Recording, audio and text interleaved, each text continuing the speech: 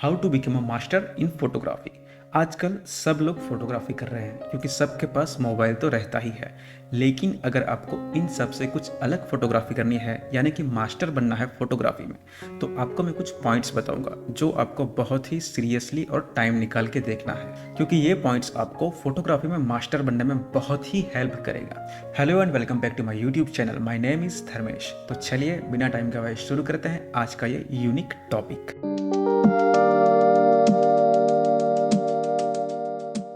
तो first point है experiment with composition.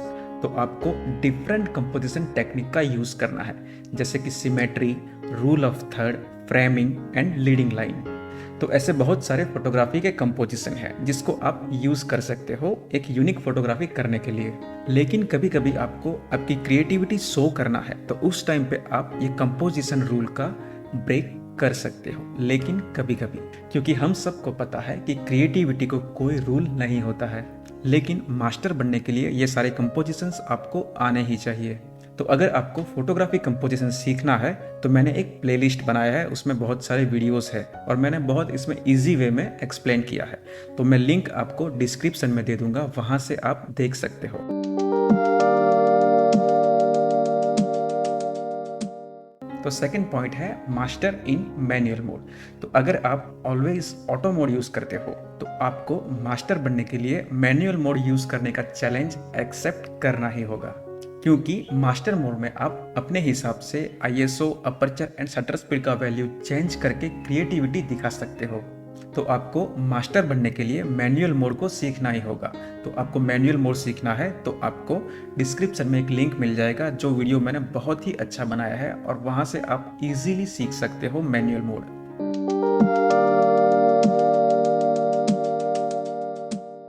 तो थर्ड पॉइंट है यूज नेचुरल लाइट। तो हमें हो सके तो फोटोग्राफी में नेचुरल लाइट का यूज करना ही चाहिए।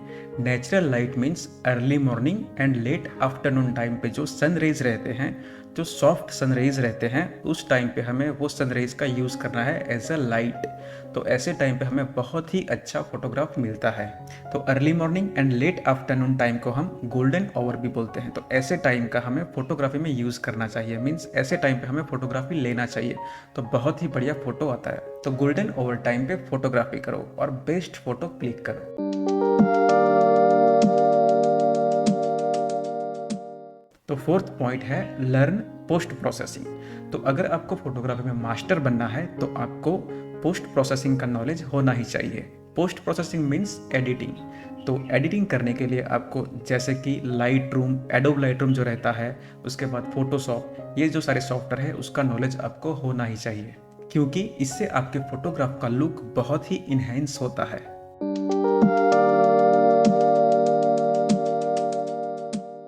फिफ्थ पॉइंट है शूट इन रो। तो अगर आपके कैमरे में रो फॉर्मेट शूट करना पॉसिबल हो तो आपको इमेज को रो फॉर्मेट में ही शूट करना है, क्योंकि रो फॉर्मेट में जेपीईजी फॉर्मेट से ज़्यादा डेटा अवेलेबल रहता है। तो आपको एडिटिंग के टाइम पे, मीन्स पोस्ट प्रोसेसिंग के टाइम पे, आपको जो रिजल्ट मिलेगा वो बहुत ही बेहतर मिलेगा।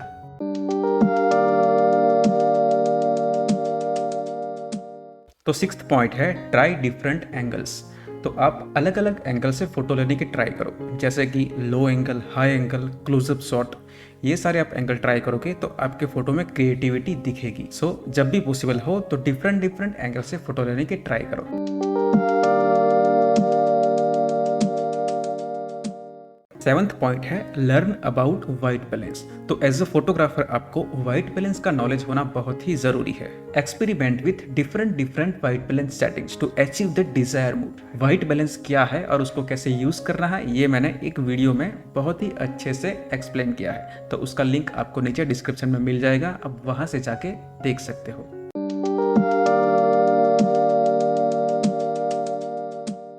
तो पॉइंट नंबर 8 है shoot in black and white. तो ब्लैक एंड व्हाइट में फोटो कैप्चर करने से आपको शेप, टेक्सचर एंड कॉन्ट्रास्ट पर ध्यान केंद्रित करने में मदद मिल सकती है। सो एज अ फोटोग्राफर आपको कभी कभी ब्लैक एंड व्हाइट का भी यूज करना चाहिए।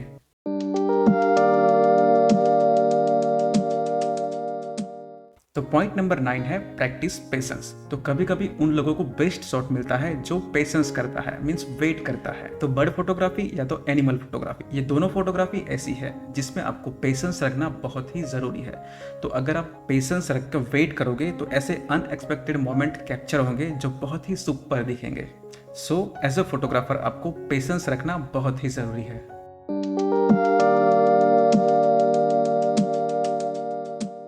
पॉइंट नंबर 10 है स्टडी अदर फोटोग्राफर्स। तो सीखने के लिए जो फेमस फोटोग्राफर है उसके वर्क का विश्लेषण करें, उनकी टेक्निक एंड स्टाइल को समझने का प्रयास करो।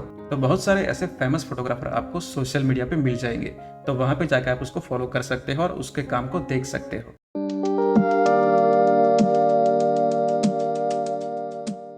तो पॉइंट नंबर 11 है कीप लर्निंग।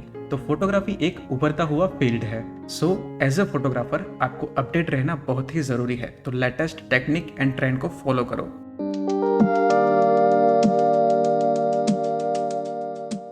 तो सबसे लास्ट पॉइंट है प्रैक्टिस प्रैक्टिस एंड प्रैक्टिस।